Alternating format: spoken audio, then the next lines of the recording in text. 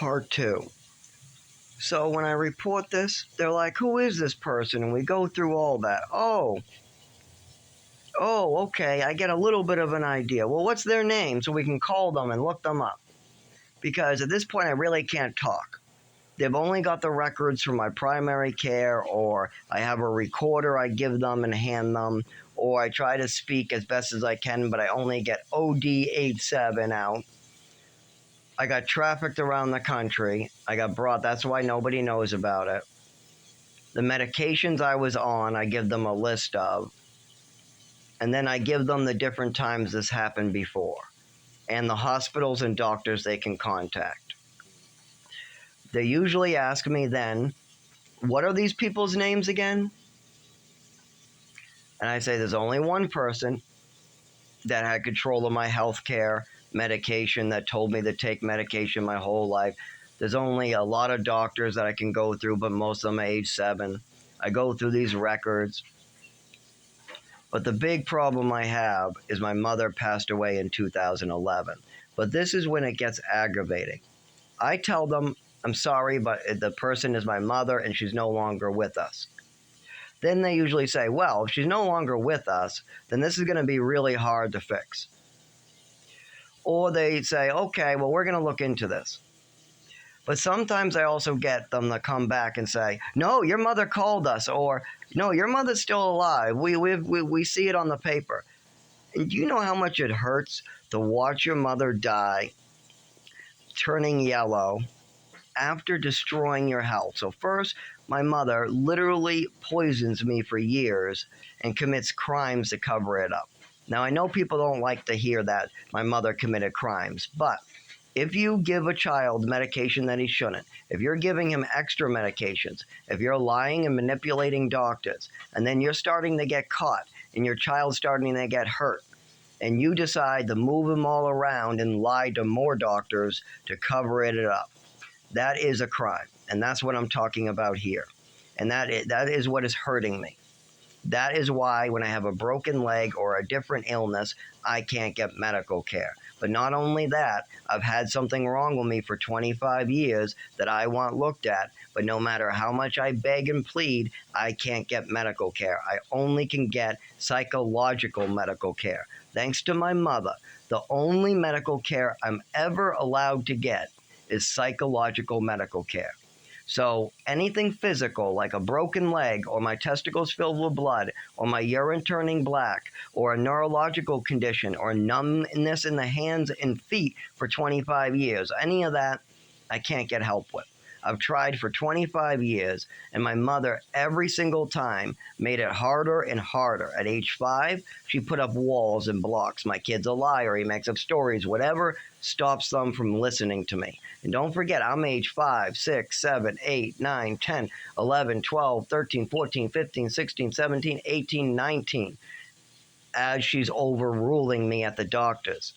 I say that something's wrong with me. My mother says it's an allergy attack and for me to shut up. We go in the car, she yells, screams, or beats me.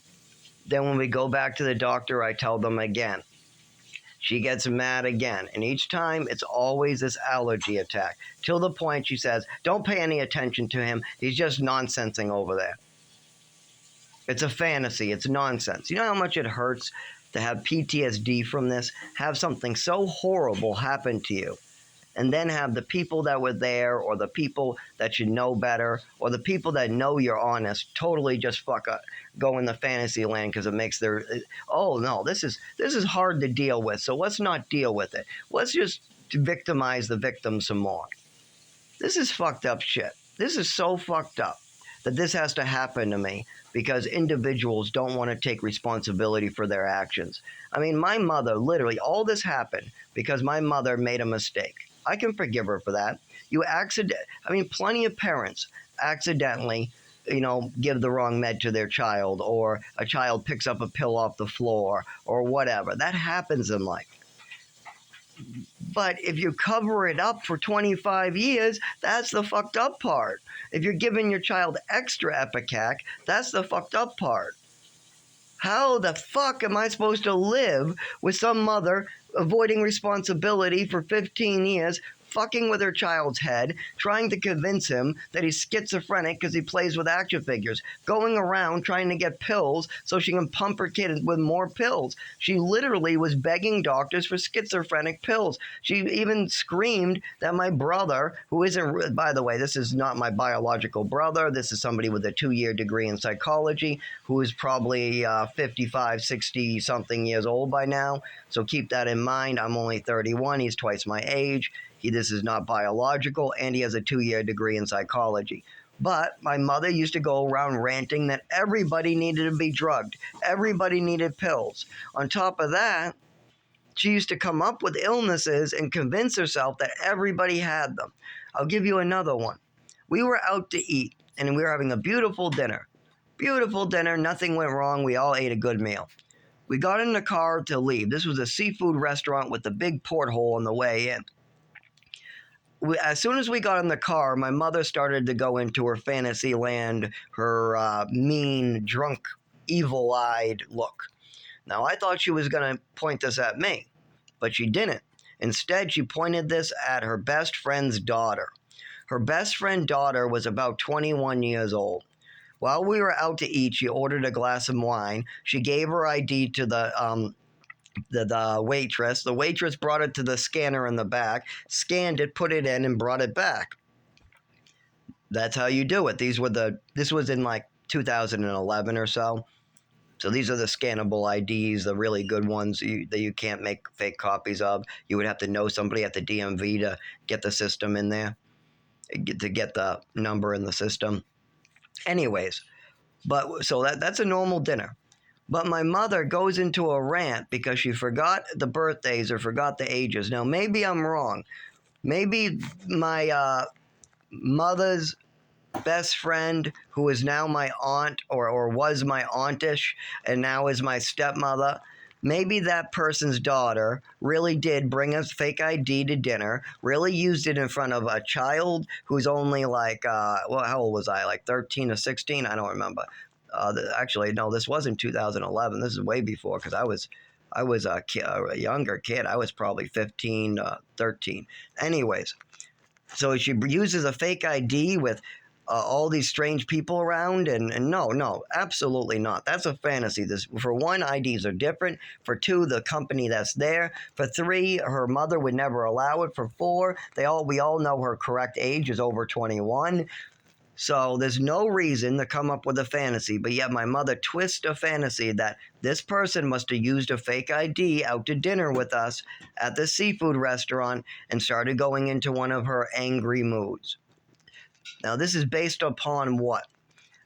Because I end up going, Mom, I don't think that is, because the newer IDs aren't easy to make like back when you were in your 20s. Back when you and your best friend were younger, yes, you could get fake IDs real easy.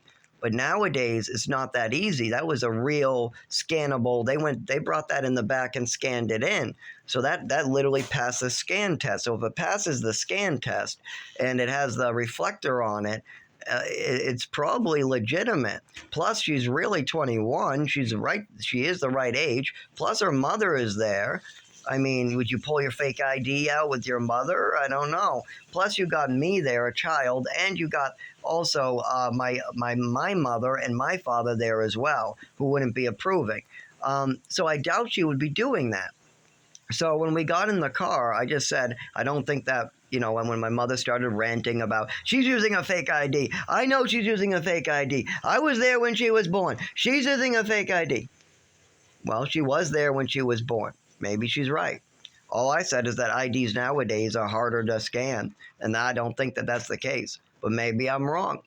But at this point, my mother continues to get mad. And my father even says, I think Zach might be right. And then she gets more violent and more mad, and we go home. And that's it. That's it. My mother just went into another little rage about something that had nothing to do with her, based on information that she doesn't have. She probably forgot what year it was, or what the date was, or what month, and she just got it wrong. That's all. She just has the date wrong, but that doesn't mean that somebody's going around using a fake ID in front of us. I mean, she was 21. She was either 20, 21, or 22. Either way, I'm sure she was of age and that was a real ID. It passed the scan test. But this was the problem with my mother. She would go into these fantasy lands, and I had to live with it all the time. Other people, she would act all polite and smiling, and then when we got in the car, oh boy. Or she would just, like for instance, when she was saying I was self-harming because I had a slice on the back of my foot from jumping in a pool. Or when she said I was self-harming because I was bumping into stuff. She would go into these angry, evil rants with this evil look, yelling, screaming, smacking me, saying, "You're a self-harmer." Smack, smack. Yeah, yeah, yeah, yeah, yeah. Yes, you are. I don't care how many no's you tell me. You're lying. You're a thief. You're lying. You're a self-harmer. No, those shins aren't cut up because you're bumping into stuff. No, you didn't jump in a pool. I don't care what Tim says. I don't care what Seth says. I don't care what the witnesses say. You did it to yourself. You did it to yourself on purpose. Didn't you? Didn't you? And she screams at me in the face. And then my father and my brother have to tell her, "No, I don't think that's true." And then they walk away and she says, "I don't care what they say. I think this was you." Do you know how that affects a person's mental health that is trying to get help with something? I mean, I'm bumping into stuff. My shins are cut up. I mean, I jumped into a pool and needed stitches to go to the hospital. Do you really need a mother to be screaming at you, making it into a mental illness? You think that's going to help me with my stitches on the back of the foot? Having a mother scream and then tell doctors this? Don't forget, I jumped into a pool at 16. So my mother was calling doctors going, "My son did this or my son did that." Just like when teachers used to come back and say, "You poor boy." Just like when my brother used to say, "You poor boy." But that wasn't the only "you poor boys." I got that from age 7 on. I mean, a lot of the teachers were seeing this, but it was in note form. They would see these notes that made no sense. They would send over a glowing review because I helped out another student and I got a little extra points. So they brought me over and said, "We're going to send a letter home because you did extra good today." And then they wanted to let my mother know that I'm going the extra mile. So the letter goes home and it's a good letter. My mother goes completely nuts and turns it into a bunch of crazy stuff. So the crazy letter goes back to the school. The teachers are horrified at my mother's crazy letter. So then they pull me over and say, "Why is your mother acting so crazy? We have yesterday's letter right here, and now we have your mother's crazy letter right here. This makes no sense. We say you're doing a great job, and your mother writes this crazy letter. What is going on here?" I said, "My mother likes to do that. You can never really please her. You try to bring her a swimming medal. You try to bring her a note that says you're doing great, and she turns it into a mental illness or some fantasy." And they go, "Oh, poor boy."